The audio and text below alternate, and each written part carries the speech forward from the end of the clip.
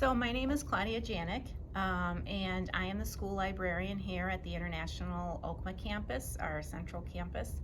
I have worked here since 2001, and I am also the extended essay coordinator. I am a fully certified school librarian, meaning that I have my master's in library science, and I'm also a certified teacher.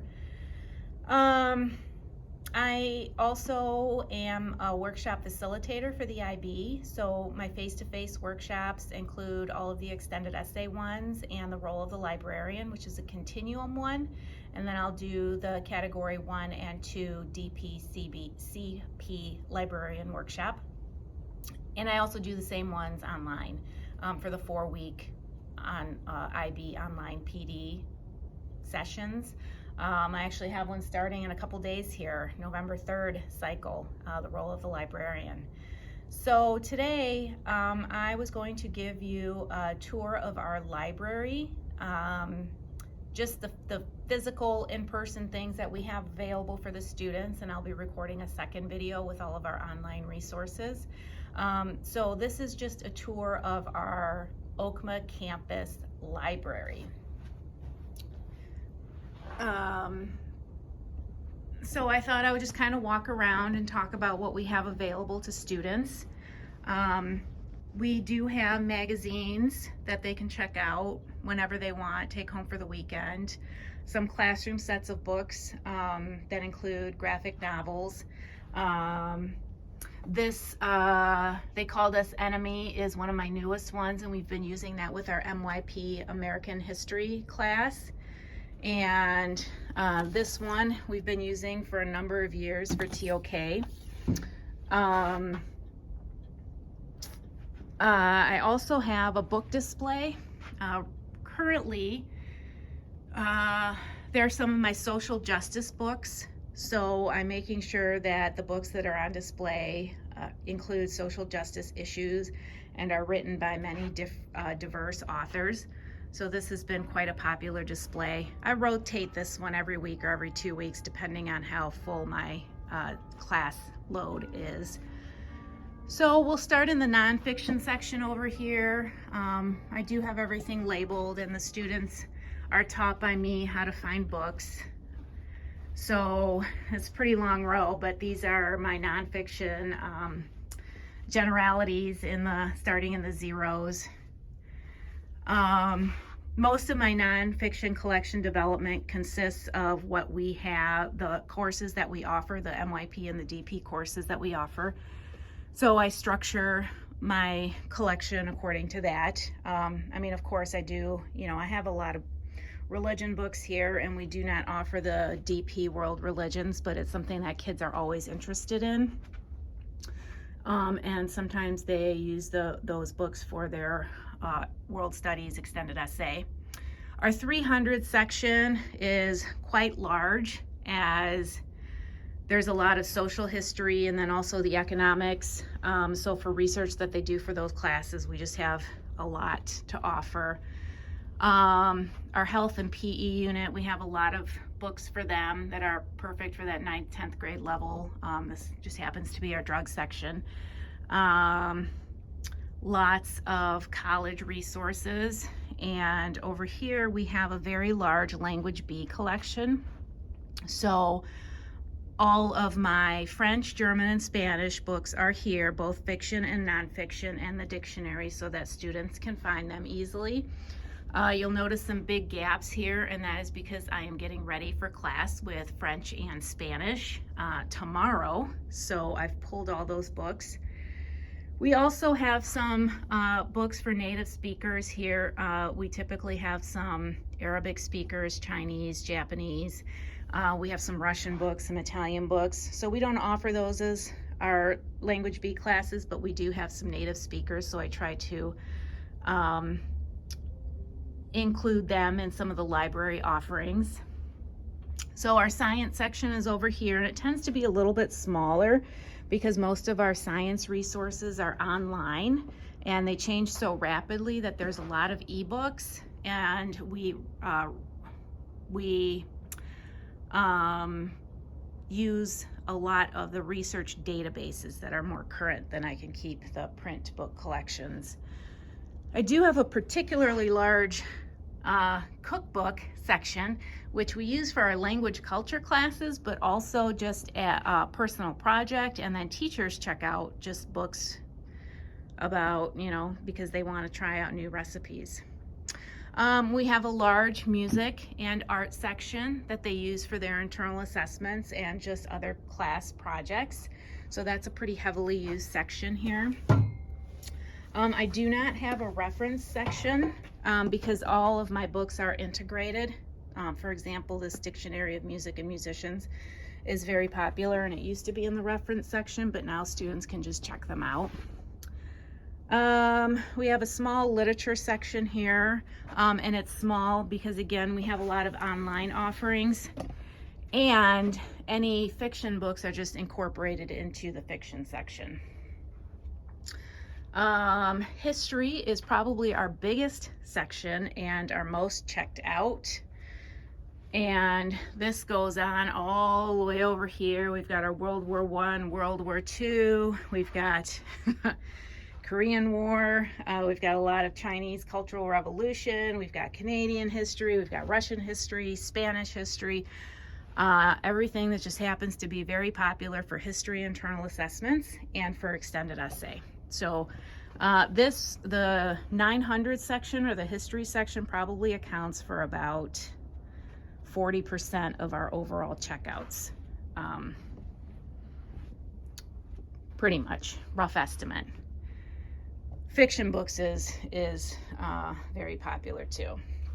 So this is still our history section. It keeps on going.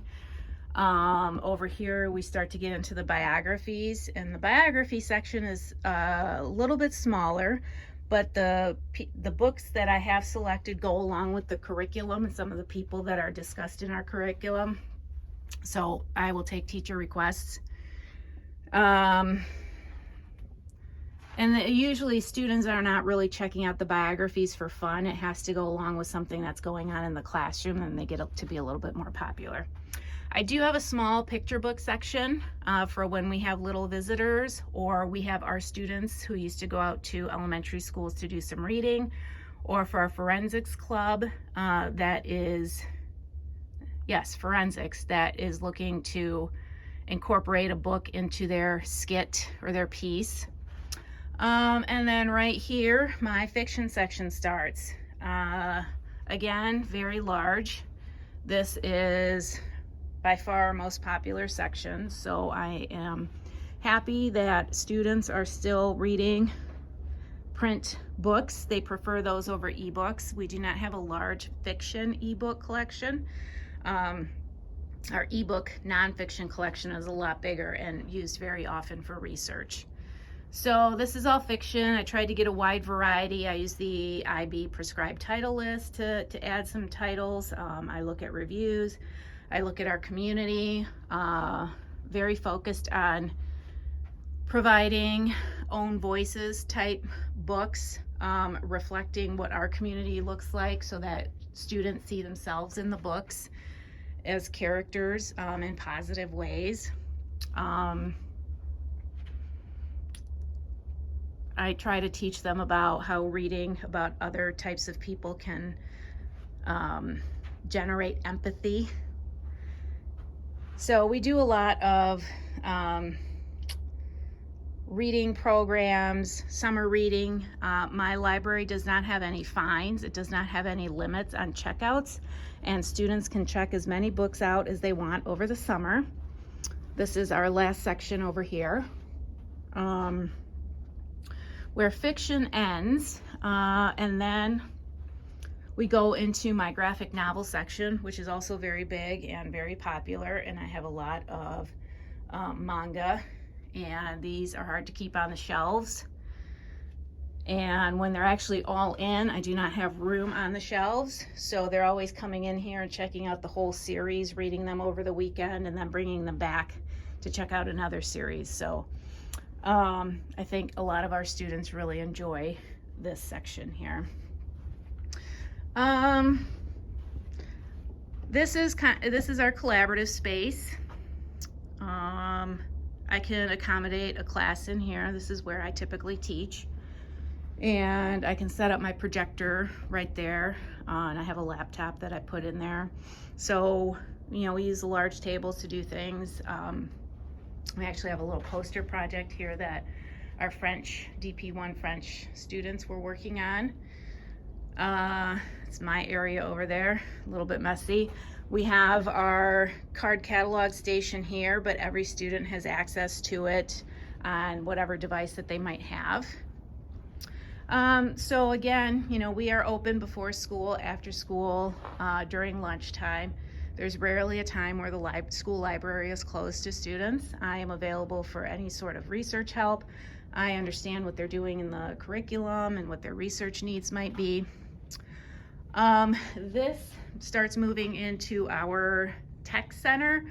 This used to be more of a lab, but now that we are bring your own device, every student's got their device, so we just have some tables that are movable, more of a collaborative space, and this is a second teaching station. If if it's just on their devices, and usually I'm in the library because we're using books and other resources and working on things like posters or doing partner work, so that's when we kind of go in there.